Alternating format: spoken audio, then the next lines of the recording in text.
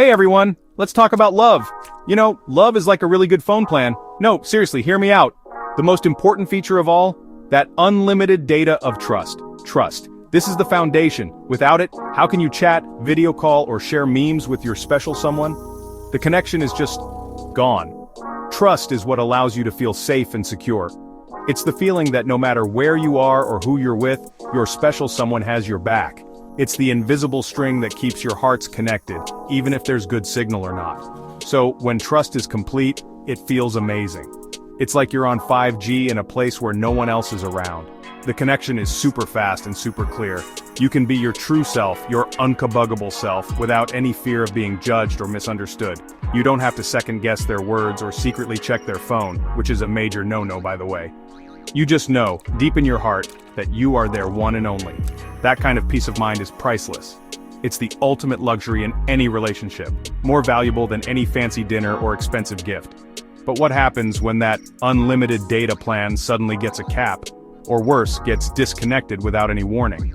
That's what happens when someone breaks your trust. Suddenly, every message becomes suspicious. Every late reply feels like a red flag. The clear connection you once had is now full of static and dropped calls. You start to question everything, not just about them, but about yourself. It's a confusing and painful place to be, and it feels like your whole world, the world you built together, is suddenly crashing down around you. The thing about trust is that it's so easy to lose, but incredibly hard to rebuild. It's like a mirror. Once it's shattered into a million pieces, you can try to glue it back together, but you will always see the cracks.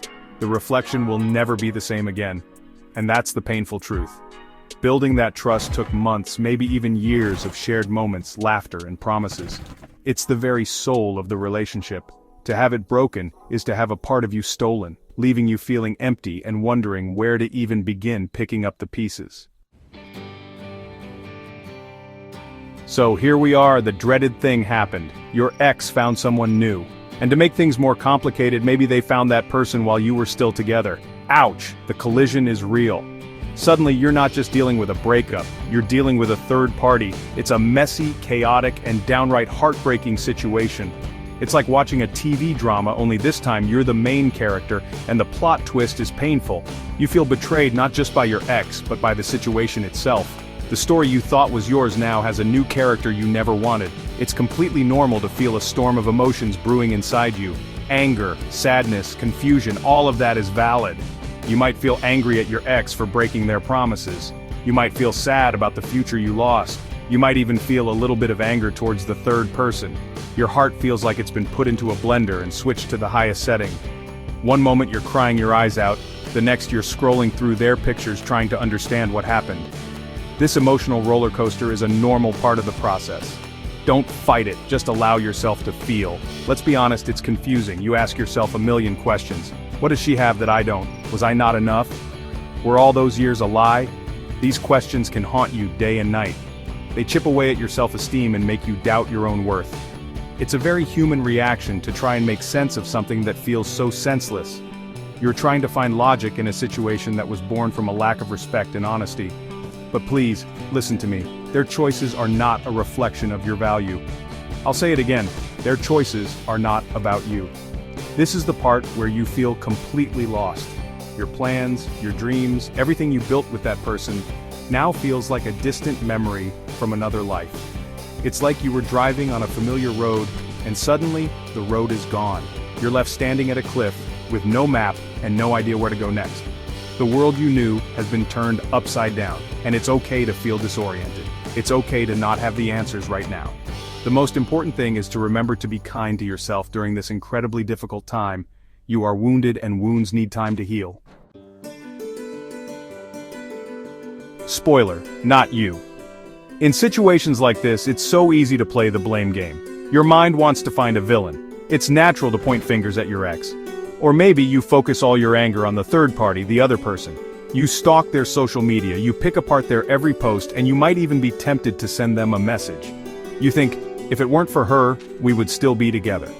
It feels like a logical conclusion. Finding someone to blame can feel like a temporary relief, a way to direct all your pain and anger outwards instead of letting it consume you from within. But here's the hard truth, my dear. While it's tempting to put all the blame on the third party, it doesn't really help you heal. Think about it.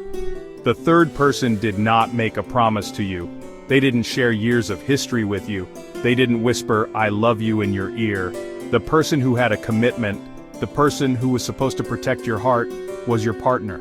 The choice to break that commitment was theirs and theirs alone. Focusing on the third party is like being mad at the rain for making you wet, instead of being mad at the person who stole your umbrella. Blaming others is a distraction. It keeps you stuck in the past, replaying the drama over and over again in your head. It prevents you from focusing on the most important person in this whole mess, you. Every ounce of energy you spend being angry at them is energy you could be using to heal yourself. It's like drinking poison and expecting the other person to get sick. The only person you are hurting is yourself. It keeps the wound open and prevents you from moving forward into a future where you can be happy again. Healing starts when you shift the focus back to your own well-being, so let's stop pointing fingers. Yes, what they did was wrong, the betrayal was real, and your pain is valid. But holding on to that blame is like carrying a heavy suitcase full of rocks. It weighs you down and makes your journey forward so much harder. The person who broke the trust is responsible for their actions, but you are responsible for your own healing. And that healing journey cannot truly begin until you decide to put down that heavy suitcase, take a deep breath, and start walking your own path, free from the weight of blame. Okay, so how do we move on? The first step is acceptance. And I know it's a bitter pill to swallow. You have to accept that the relationship is over, and that the person you knew is gone. It doesn't mean what you had wasn't real, it just means that chapter of your life has closed. Forgiveness is a huge part of this, but listen carefully. Forgiving them is not for them, it's for you.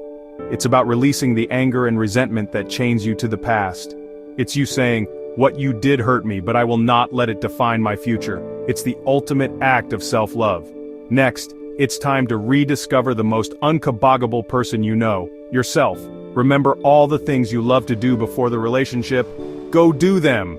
Reconnect with your friends, the ones who will listen to you cry and then make you laugh until your stomach hurts. Find a new hobby, learn to dance, climb a mountain. Do something that makes you feel alive and reminds you that your identity is not tied to another person. This is your chance to rebuild yourself, stronger and more fabulous than ever. It's time to be the main character in your own story again. Letting go is a process, not a one-time event. There will be good days and bad days. Some days you'll feel on top of the world, and other days a random song or a memory will hit you hard, and that's okay. Be patient with yourself. Don't set a deadline for your healing. Grieve the loss, but don't build a house in your sadness. Every step you take, no matter how small, is a victory. Celebrate those small wins. Today you didn't check their profile. That's a win. Tomorrow you might laugh with a friend. That's a major, major win. And finally, always remember that an ending is just a new beginning in disguise.